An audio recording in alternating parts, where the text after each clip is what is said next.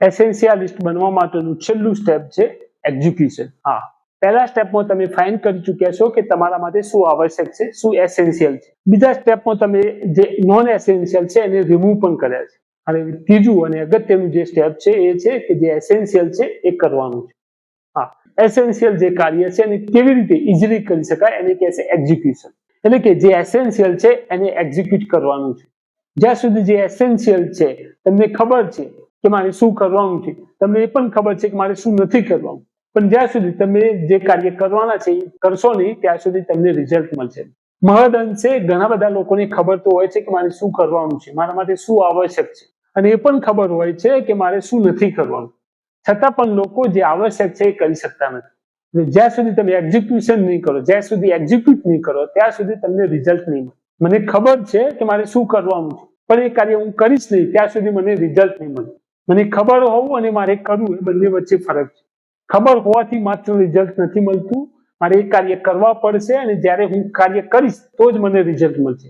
જ્યાં સુધી મારે જે એસેન્શિયલ છે એ કાર્ય હું નહીં કરું ત્યાં સુધી મને ગ્રેટ લેવલનું રિઝલ્ટ નહીં મળે. એટલે કે ત્રીજું જે સ્ટેપ છે એક્ઝિક્યુશન, એટલે કે એક્ઝિક્યુટ કરો.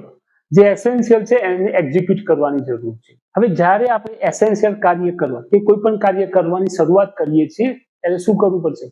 Expect the unexpected. હા, એવું કહેવાય છે કે લાઈફ અનસર્ટેન છે, ગમે ત્યારે ગમે તે થઈ શકે.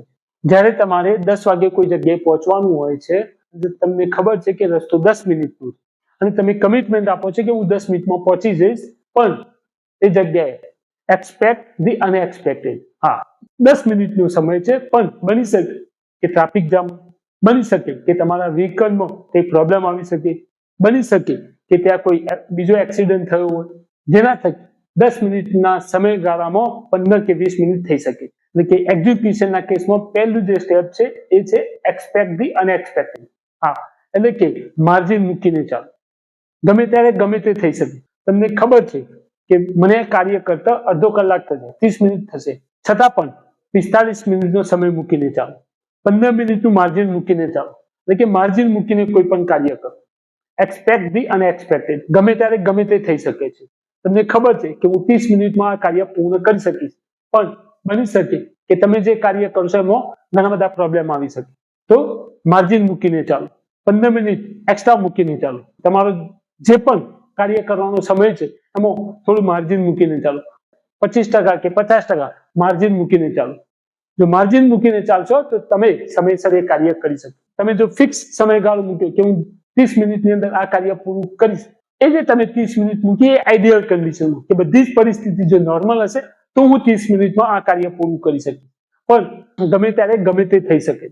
તમે કોમ્પ્યુટર ઉપર કાર્ય કરો છો તો ઇન્ટરનેટ બંધ થઈ જાય, કદાચ લાઇટ પણ જતી રહે, કદાચ કમ્પ્યુટરમાં પણ કોઈ પ્રોબ્લેમ આવી શકે, કદાચ તમને કોઈ તમારો બોસ કે ઉપરી અધિકારી બોલાવી શકે. એટલે કે ગમે ત્યારે ગમે તે થઈ શકે છે. જો તમે માર્જિન મૂકીને ચાલશો તો તમે તમારું કાર્ય ઇઝીલી પૂરું કરી શકશો અને જે સમયગાળો આપ્યો છે એ સમયગાળાની અંદર તમે પૂરું કરી શકશો. પણ જો તમે આઈડિયલ કન્ડિશન પ્રમાણે ચાલ્યા તો કદાચ બની શકે છે કે જે સમયગાળો તમે નિર્ધારિત કર્યો છે, જે સમય તમે નક્કી કર્યો છે એ સમયની અંદર કાર્ય પૂરું પણ ન થઈ શકે. એટલે કે માર્જિન મૂકીને ચાલો.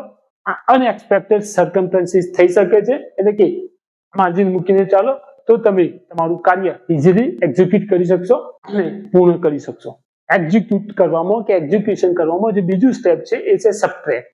હા, જે ઓબ્સ્ટેકલ છે એને રિમૂવ કરો, સબટ્રેક્ટ કરો. તમારે જે કાર્ય કરવાનું છે એમાં તમને જે ઓબ્સ્ટેકલ લાગે છે, જે અવરોધો લાગે છે એને સબટ્રેક્ટ કરતા શીખી જાઓ. એટલે કે એને સબટ્રેક્ટ કરી નાખો, એને રિમૂવ કરી નાખો. કોઈ પણ કાર્ય કરવામાં ઘણા બધા અવરોધો હોઈ શકે, તો એ અવરોધોને જો તમે દૂર કરી શકશો તો તમે તમારું નિર્ધારિત કાર્ય, તમે તમારું આવશ્યક કાર્ય ઇઝીલી કરી શકશો. એટલે કે જે ઓબ્સ્ટેકલ છે એને દૂર કરી નાખો. માની લો કે તમારે કોઈ એક પ્રોજેક્ટ રિપોર્ટ સબમિટ કરવાનો છે અને તમને ખબર છે કે પ્રોજેક્ટ રિપોર્ટ સબમિટ કરતા 60 મિનિટ એટલે કે 1 કલાકનો સમય લાગી શકે છે. પણ સાથે સાથે તમને એ પણ ખબર છે કે જો આ કાર્ય કરતી વખતે તમારી ઓફિસની અંદર જો તમારા સહકર્મચારી સાથે હશે તો તમને એ કાર્ય કરતા 60 મિનિટ કરતા વધુ સમય લાગશે. એટલે કે 90 મિનિટ પણ થઈ શકે છે કે 2 કલાક પણ થઈ શકે. તો આ કેસની અંદર તમે તમારી કેબિન અંદરથી લોક કરીને 60 મિનિટ સુધી ફોકસ માઇન્ડ સાથે તમે તમારું કાર્ય કરશો તો તમે વિધિન ધી ટાઈમ તમારું કાર્ય પૂરું કરી શકશો. એટલે કે જે ઓબ્સ્ટેકલ છે એ તમે દૂર કરીને તમારું કાર્ય ઇઝીલી પતાવી શકો. પણ ઘણી વાર એવું બને છે કે ઘણા ઓબ્સ્ટેકલ, જેમ મેં અગાઉ કહ્યું કે માર્જિનની ક્યાં જરૂર છે, માર્જિનની એટલે જરૂર છે કે તમે તમારા સહકર્મચારીને તો ના કહી શકશો, પણ તમે તમારા બોસને કે ઉપરી અધિકારીને ના નહીં પાડી શકો. જ્યારે ઉપરી અધિકારીનો ફોન આવે છે કે કોઈ પ્યુન કે પટાવાળો તમને બોલાવવા આવે છે તો ત્યારે તમે એમને ના નહીં કહી શકો. એટલે માર્જિન ત્યાં મૂકવાની જરૂર છે, પણ ઓબ્સ્ટેકલ રિમૂવ કરવાની વાત છે એટલે કે તમે તમારા સહકર્મચારીથી થોડો સમય, 1 કલાક સમય દૂર થઈને તમારું કાર્ય પૂરું કરી શકો. એટલે ઓબ્સ્ટેકલ રિમૂવ કરી શકશો તો તમે તમારું નિર્ધારિત કાર્ય સમયસર ઇઝીલી કરી શકશો. બીજું ઓબ્સ્ટેકલ છે તે તમને ખબર છે કે ફોનનો જે નોટિફિકેશન વાળી ઘડી આવે તો તમે તમારો ફોન 1 કલાક સુધી સાયલેન્ટ મોડ ઉપર મૂકી તમે 1 કલાક સુધી ફોકસ માઇન્ડ સાથે તમારું કાર્ય કરી શકો છો. એટલે કે ઓબ્સ્ટેકલ જે છે, જે તમારા ફોનનો નોટિફિકેશન, તમને જે ફોન કોલ્સ આવે છે એને તમે 1 કલાક સુધી સાયલેન્ટ કરીને તમે તમારું કાર્ય કરી શકો. એટલે કે આવા જે ઓબ્સ્ટેકલ તમને લાગે છે એ તમારે દૂર કરીને, સબટ્રેક્ટ કરીને તમે તમારું એસેન્શિયલ કાર્ય ઇઝીલી કરી શકો છો. એટલે કે બીજું જે સ્ટેપ છે એક્ઝિક્યુટ કરવામાં, એ છે સબટ્રેક્ટ કરો. જે ઓબ્સ્ટેકલ છે એને સબટ્રેક્ટ કરો, રિમૂવ કરો. એક્ઝિક્યુશનમાં થર્ડ જે સ્ટેપ છે પાવર ઓફ સ્મોલ વિન. હા, નાની નાની સફળતા જે આવશ્યક છે, જે જરૂરી છે, એમાં નાની નાની સફળતાઓ મેળવવાનો પ્રયત્ન કરો. હા, આપણે જો ટાર્ગેટ રાખીશું કે આજે મારી 2 કલાક સુધી વાંચવું છે તો કદાચ શક્ય નહીં બને, પણ જો તમે સેટ કરશો કે દર કલાકે એક પેજ વાંચવું છે તો કદાચ તમે કરી શકશો. તમે એવું ટાર્ગેટ રાખો કે આજે રવિવાર છે, આજે મારે કોઈ જ કામ નથી, મારી એસેન્શિયલ જે કામ છે એ જ કરવા છે, મારે આજે 5 કલાકનું સ્ટડી કરવું છે તો કદાચ તમે નહીં કરી શકો. હા, પણ તમે રાખો કે દર 20-20 મિનિટ મારે વાંચવું છે, 10-10 મિનિટ વાંચવું છે તો કદાચ તમે કરી શકો. એટલે કે નાની નાની સફળતાઓ મેળવવાનો પ્રયત્ન કરો, જેને કહે છે કાઇઝન ઇમ્પ્રુવમેન્ટ, સ્મોલ ઇમ્પ્રુવમેન્ટ, નાની સફળતા. એટલે કે નાની નાની સફળતા મેળવવાનો પ્રયત્ન કરો તો તમે તમારું કાર્ય એક્ઝિક્યુટ કરી શકશો. પણ જો તમે મોટી સફળતા મેળવવાનો પ્રયત્ન કરશો તો કદાચ તમે તમારું આવશ્યક કાર્ય એ લેવલે, જે લેવલે પૂર્ણ થવું જોઈએ, જે સમય પૂર્ણ થવું જોઈએ એ સમય પૂર્ણ નહીં કરી શકો. એટલે કે સ્મોલ ઇમ્પ્રુવમેન્ટ કરવાનો પ્રયત્ન કરો, સ્મોલ સફળતા એટલે કે નાની સફળતા મેળવવાનો પ્રયત્ન, તો તમે તમારું આવશ્યક કાર્ય ઇઝીલી એક્ઝિક્યુટ કરી શકશો. નેક્સ્ટ સ્ટેપ છે એક્ઝિક્યુશનમાં, એ છે ફોલો ધ રૂટીન. હા, ફ્લો હોવું જોઈએ, રૂટીન હોવું જોઈએ, તમારું રૂટીન ફિક્સ હોવું જોઈએ. જેમ મેં અગાઉ પણ કહ્યું એ પ્રમાણે તમારું રૂટીન ફિક્સ હોવું જોઈએ. ઊંઘવાનો સમય, ઉઠવાનો સમય, કામ કરવાનો સમય, ફરી સુવાનો સમય, ઓફિસ જવાનો સમય, આ બધું જ કાર્ય રૂટીન પ્રમાણે થવું જોઈએ. તો તમે રૂટીન ફોલો કરશો તો તમે કોઈ પણ કાર્ય ઇઝીલી એક્ઝિક્યુટ કરી શકશો.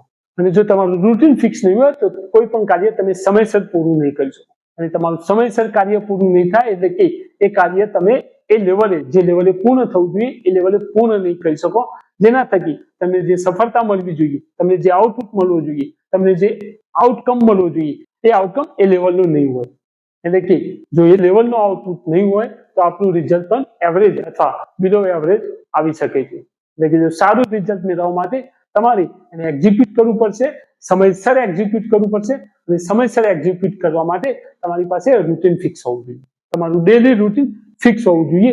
તો અને તો જ તમે એ કાર્યને, કે જે જરૂરી કાર્ય છે એને ઇઝીલી કરી શકશો.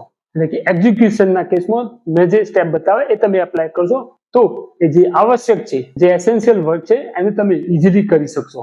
અને જ્યારે એસેન્શિયલ કાર્ય કરશો તો જ તમારી લાઈફ એસેન્શિયાલિસ્ટ બનશે. અને જ્યારે તમે એસેન્શિયાલિસ્ટ બનશો એટલે કે તમે તમારી લાઈફની અંદર એસેન્શિયાલિઝમ એપ્લાય કરશો ત્યારે તમારી વર્ક ક્વોલિટી ગ્રેટ લેવલની હશે, તમે ફોકસ માઇન્ડેડથી કામ કરી શકશો, તમારું ફોકસ, જે કોન્સન્ટ્રેશન છે એ ઇમ્પ્રુવ થશે, જેના થકી તમારો સ્ટ્રેસ લેવલ ઓછો થશે અને તમે મિનિંગફુલ રિઝલ્ટ અચીવ કરી શકશો.